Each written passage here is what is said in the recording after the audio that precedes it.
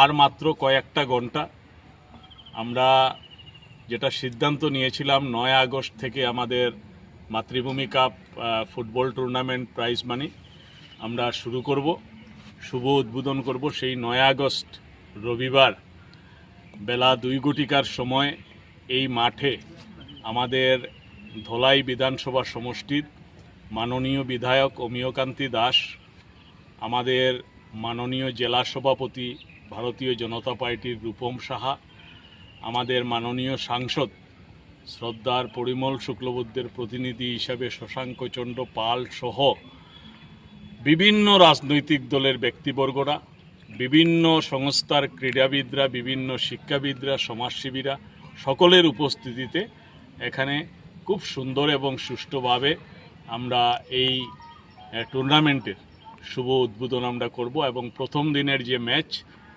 সেই ম্যাচটাও আকর্ষণীয়।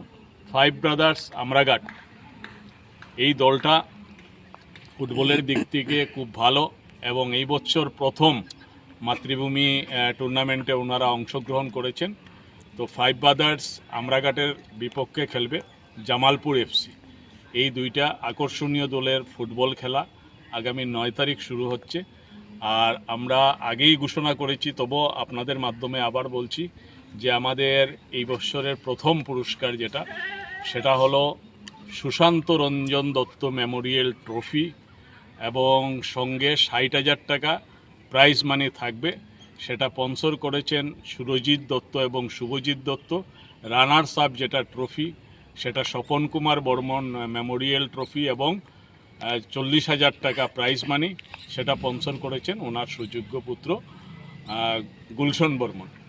তাছাড়া আমাদের হিমানী ভট্টাচার্য মেমোরিয়াল ট্রফি প্রতিদিনের ম্যান অফ দ্য ম্যাচ থাকবে এবং 8টা বিশেষ পুরস্কার থাকবে। আর সেই ফাইনালের দিন আর 8টা বিশেষ পুরস্কারের সঙ্গে আমরা 1,000 টাকা করে প্রাইজ মানি আমরা দেব। তাছাড়া এখানে লোকাল টিম লোকাল টিম তো সবই, কিন্তু লোকাল প্লেয়ার্স নিয়ে যারা খেলবে, ফার্স্ট রাউন্ডে যে টিমটা হেরে যাবে আর তারা যদি লোকাল প্লেয়ার খেলে থাকে, আমরা সেই ধরনের একটা কমিটিও আছে, ওনারা দেখবেন, সেটা অবজারভেশন করবেন। তো তাদেরকে ফার্স্ট রাউন্ডে হেরে যাওয়ার পরও আমরা পুরস্কৃত করব। এইভাবে আমাদের 31টা ম্যাচ এই মাঠে অনুষ্ঠিত হবে। আর আমাদের কিছু বিধিনিষেধ আছে। যে সমস্ত দল এই খেলায় অংশগ্রহণ করেছে তাদের players, extra players, team manager, team coach এবং সঙ্গে আরও 3 জন ভলান্টিয়ার্স বা তাদের ক্লাবের মেম্বার মাঠের ভিতরে প্রবেশ করতে পারবে। বাকি যারা আছে তাদের সাপোর্টার, সমর্থক বা ক্লাবের অন্য মেম্বার, ওনারা কিন্তু গ্যালারিতে বসে বা অন্য কোনো জায়গায় দাঁড়িয়ে খেলা দেখতে হবে, মাঠের ভিতরে যাতে প্রবেশ না করে আমরা অনুরোধটুকু রাখছি। তাছাড়া আমাদের শনি মন্দির যেটা আছে বিএনএমপি স্কুলের গেট থেকে মাঠে আসার যে রাস্তা, সেই রাস্তাটাকে সম্পূর্ণভাবে নো পার্কিং জোন করা হয়েছে। এখানে যাতে কেউ কোনো 2 হুইলার 4 হুইলার কোনো গাড়ি, বাইক কোনো পার্কিং না করে এবং যারা ব্যবসায়ী আছেন তারাও যাতে এই রোডে অন্ততপক্ষে কোনো দোকান টোকান না বসায়, তার জন্য আমরা অনুরোধ রাখছি। আর একটা অনুরোধ আপনাদের মাধ্যমে আমি এখানে জানিয়ে দিচ্ছি যে প্রত্যেক বছরই আমরা খেলায় দেখি যে গাছে চড়ে খেলা দেখে, এখানে পিএইচির ট্যাঙ্কের উপরে খেলা দেখে বসে। তো PHE department, Silchar PHE division 2 executive engineer চিঠি দিয়ে জানিয়ে দিয়েছেন আমাদের খেলা কমিটিতে যাতে ট্যাঙ্কের উপর বসে কেউ খেলা না দেখে। তো সেই পিএইচি এলাকাকে আমরা প্রোটেক্টেড এরিয়া হিসেবে চিহ্নিত করেছি। এখানে আমরা একটা ব্যানার লাগিয়ে দেব এবং আপনাদের মাধ্যমে অনুরোধ রাখছি যাতে কেউ গাছে বা পিএইচির ট্যাঙ্কের উপরে না উঠে।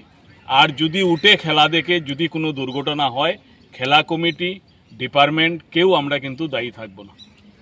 তো সেই কথা আমরা পরিষ্কারভাবে আজকে জানিয়ে দিচ্ছি। আর মাঠে আমাদের 5,000 থেকে 6,000 দর্শক গ্যালারিতে বসে খেলা দেখার যেটা ব্যবস্থা সেটা আছে।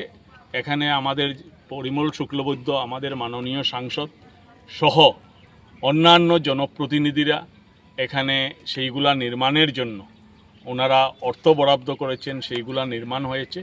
প্রায় 5 থেকে 6 হাজার দর্শক এই বছর গ্যালারিতে বসে খেলা দেখতে পারবে।